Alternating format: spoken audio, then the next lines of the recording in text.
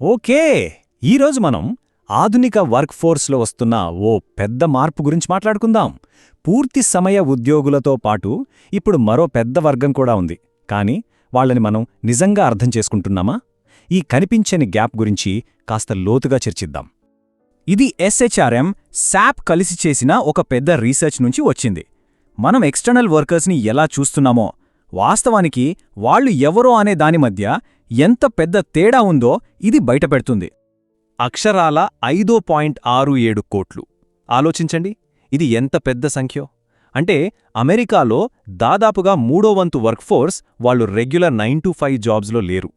ఇది just trend కాదండోయ్, మన ఎకానమీలోనే ఒక భారీ మార్పన్నమాట.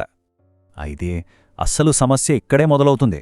ఇంత పెద్ద సంఖ్యలో వీళ్ళున్నా సరే కంపెనీలకి ఈ టాలెంట్కి మధ్య ఒక పెద్ద గ్యాప్ ఉంది. ఒక రకంగా చెప్పాలంటే వాళ్ళని మనం చాలా తప్పుగా అర్థం చేసుకుంటున్నాం. సరే, ముందుగా ఈ కొత్త టాలెంట్ ల్యాండ్స్కేప్ ఎలా ఉందో చూద్దాం. ఇది చాలామంది అనుకుంటున్న దానికంటే చాలా పెద్దది. ఇంకా చెప్పాలంటే చాలా సంక్లిష్టమైనది కూడా. మనం ఎక్స్టర్నల్ వర్కర్ లేదా బాహ్య కార్మికుడు అనగానే మనకు టక్కున గుర్తొచ్చేది టెంపరరీ ఉద్యోగులు. కానీ ఇక్కడ మనం మాట్లాడుకునేది దాని గురించి మాత్రమే కాదు. ఇందులో ఫ్రీలాన్సర్లు, ఇండిపెండెంట్ కాంట్రాక్టర్లు, గిగ్ వర్కర్లు, ఇలా ఎంతో నైపుణ్యం ఉన్న స్పెషలిస్ట్స్ కూడా ఉంటాడు. ఇప్పుడు అసలు విషయానికొద్దాం. 4 వేర్వేరు దృక్కోణాల కథ. ఈ గ్యాప్కి అసలు కారణం ఇక్కడే ఉంది. అంటే ఒకే విషయాన్ని చూస్తున్నా సరే ఒక్కొక్కరు ఒక్కోలా అర్థం చేసుకుంటున్నారు. ఈ స్టోరీలో 4 మెయిన్ ప్లేయర్స్ ఉన్నారన్నమాట. ఒకరు ఆ ఎక్స్టర్నల్ వర్కర్స్, 2 వాళ్ల మేనేజర్లు, 3 HR ప్రొఫెషనల్స్, 4 ఆఫీస్లో ఉండే రెగ్యులర్ ఎంప్లాయీస్. అయితే ఆశ్చర్యపోయే విషయమేంటంటే వీళ్ల అభిప్రాయాలు అసలు ఒకదానికొకటి సంబంధం లేకుండా ఉంటాయి. ఈ చార్ట్ చూడండి, చాలా ఆసక్తికరంగా ఉంటుంది. మేనేజర్లు, HR టీం ఏమనుకుంటున్నారంటే చాలామంది ఎక్స్టర్నల్ వర్కర్స్ కేవలం టెంపరరీ స్టాఫ్ అని. కానీ అదే వర్కర్స్ని అడిగితే వాళ్ళు తమను తాము ఇండిపెండెంట్ ప్రొఫెషనల్స్గా, ఫ్రీలాన్సర్లుగా చూసుకుంటారు. చూడ్డానికిది చిన్న తేడాలాగా అనిపించొచ్చు, కానీ వాళ్ళనెలా మోటివేట్ చేయాలో అర్థం చేసుకోవడంలో ఇది చాలా పెద్ద ప్రభావాన్ని చూపిస్తుంది. ఈ తేడా వల్ల ఏమవుతుందంటే సోర్సింగ్లో ఒక పెద్ద మిస్మ్యాచ్ వస్తుంది. అంటే వాళ్ళు ఎందుకు పనిచేస్తున్నారని మనం అనుకుంటున్నామో దానికి వాళ్ళు నిజంగా ఎందుకు పనిచేస్తున్నారో అన్నదానికి అసలు పొంతనే ఉండదు.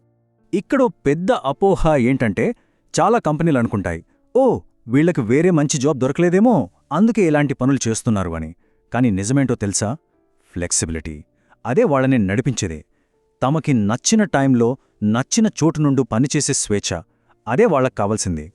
ఈ గ్యాప్ ఇక్కడ ఇంకా క్లియర్గా కనిపిస్తుంది. చూడండి, మేనేజర్లేమో వీళ్ళకి ఫుల్ టైం జాబ్ ఆఫర్ ఇస్తే ఉంటారు అని అనుకుంటారు.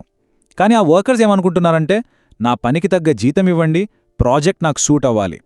వాళ్ల ప్రయారిటీస్ వేరు, వీళ్ళ ఆలోచనలు వేరు.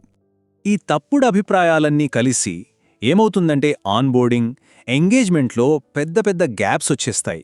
దీనివల్ల ఆ వర్కర్కి మొదటి రోజు నుండే అన్ని గందరగోళంగా, సంబంధం లేనట్టుగా అనిపిస్తాయి. ఇది నిజంగా ఆశ్చర్యపరిచే విషయం కదా.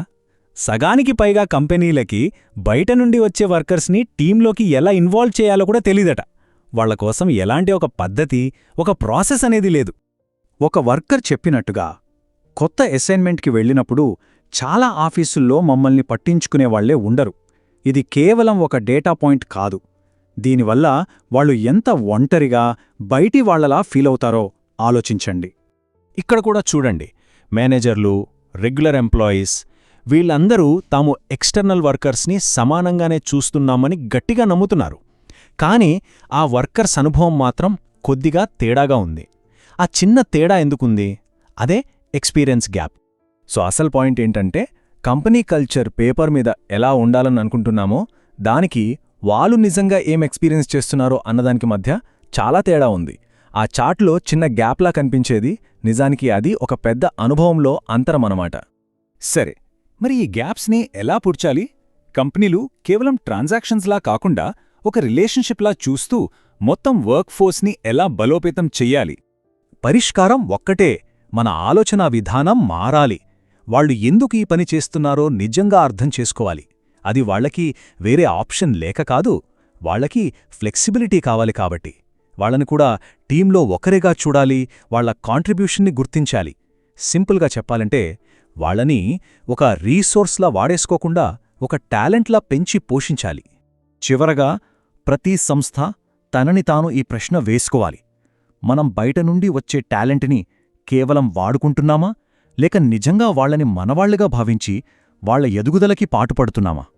ఈ సమాధానం మీ మొత్తం వర్క్ ఫోర్స్ భవిష్యత్తుని నిర్ణయిస్తుంది. Please do subscribe.